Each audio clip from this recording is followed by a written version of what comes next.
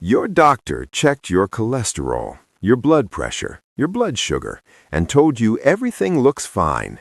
But there is one number sitting right there on your lab report that most doctors completely skip over. And in seniors over 60, that number can predict dementia, stroke, and loss of the ability to walk years before any symptom appears. It is called hs-CRP, high-sensitivity C-reactive protein. And if your doctor has never explained it to you, you are not alone. Studies show it is one of the most under-discussed markers in senior medicine today.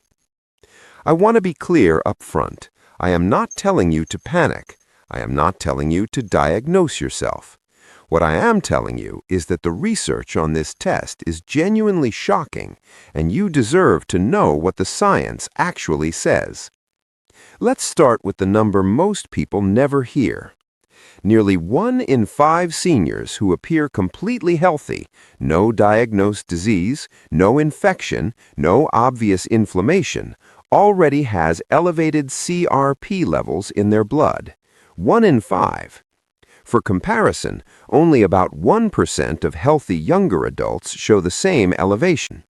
That means your body may be quietly signaling a problem that has no name yet, no diagnosis yet, no symptoms yet, and your standard checkup is designed to completely miss it. Now here is where it gets more serious. The 90+ study, one of the most important longevity studies ever conducted, followed people aged 90 and older and measured their CRP levels. The finding was staggering. Seniors with elevated CRP had 5 times greater odds of having dementia compared to those with undetectable CRP. 5 times. And even seniors with just a detectable CRP level, not fully elevated, just detectable, had 3 times the odds, 3 times the risk of dementia, from a number your doctor glanced at and moved past. Here is the part that almost no one talks about. This effect was found only in women, not men, which means if you are a woman over 60 and your CRP has never been discussed with you, this conversation is especially important. But dementia is not the only risk hiding in this number. The Leiden 85+ study followed elderly patients and found that elevated CRP strongly predicted fatal stroke. But here's the twist that surprised even the researchers. CRP predicted death from completely unrelated, non-cardiovascular causes equally well. What that means is that in older adults, CRP is not a specific warning about your heart or your brain. It is something broader and more serious. It's your body's way of saying something is fundamentally wrong at a systemic level, even when every other test looks normal. Think of it like this. Imagine an alarm bell that goes off not just for fires, but for gas leaks, structural problems, and electrical faults. You cannot ignore it just because the kitchen looks clean. Now, let me tell you the finding that personally I think is the most important for your daily life. Researchers followed a large group of community-dwelling seniors and measured their CRP levels.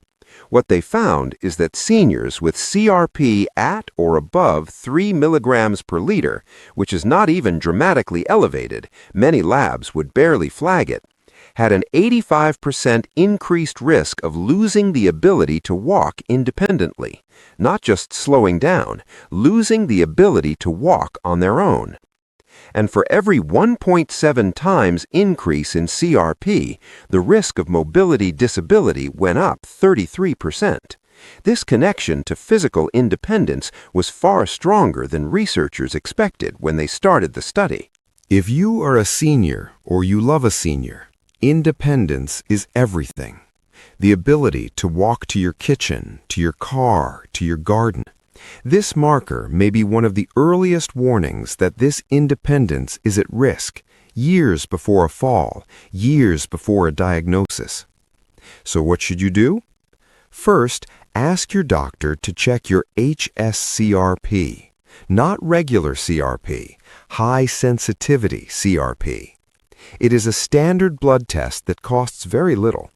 The difference is that high-sensitivity CRP can detect low-grade chronic inflammation that standard CRP misses entirely. If your level is below 1 milligram per liter, your inflammatory risk is low. Between 1 and 3 milligrams per liter is intermediate. Above 3 milligrams per liter is elevated risk. Above 10 milligrams per liter usually indicates an acute infection or illness and should be rechecked once you recover. Second, understand what elevates CRP. Chronic inflammation in seniors is driven by factors that are actually modifiable. Poor sleep elevates CRP significantly. Studies show that sleeping less than 6 hours per night is associated with meaningfully higher CRP levels in adults over 60. Excess body fat, particularly abdominal fat, is one of the strongest drivers of chronic low-grade inflammation. Smoking elevates CRP dramatically. Gum disease, periodontitis, is a frequently overlooked driver of systemic inflammation that directly raises CRP. And physical inactivity is independently associated with elevated CRP, separate from body weight. Third, and this is the part that surprises most people, the relationship between CRP and depression in seniors is almost the opposite of what you would expect. In a study of nearly 20,000 people, CRP was strongly linked to depression in adults under 60, but in adults 60 and older, that link completely disappeared once researchers accounted for other factors. Why? Because the aging immune system becomes dysregulated in a way that scientists call immunosenescence. The inflammatory machinery that reliably reflects emotional distress in younger people no longer tracks the same way in older brains. This means that depression in seniors may be driven by inflammatory processes that CRP cannot even detect, which is one reason depression in older adults is so frequently missed and misunderstood. Here's the bottom line. The test in your blood work that your doctor circled past, the one labeled hs-CRP or CReactiveProtein, may be one of the most important numbers for your long-term health.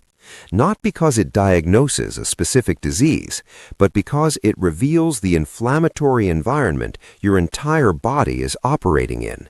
And in seniors, that environment is one of the strongest predictors of what comes next. Ask for the test, know your number, and if it is elevated, do not wait for symptoms to appear, because the research is clear. By the time symptoms arrive, the process has been running for a long time. If this was useful to you, please consider sharing it with someone you care about. The people who need this information most are often the ones whose doctors spend the least time explaining it.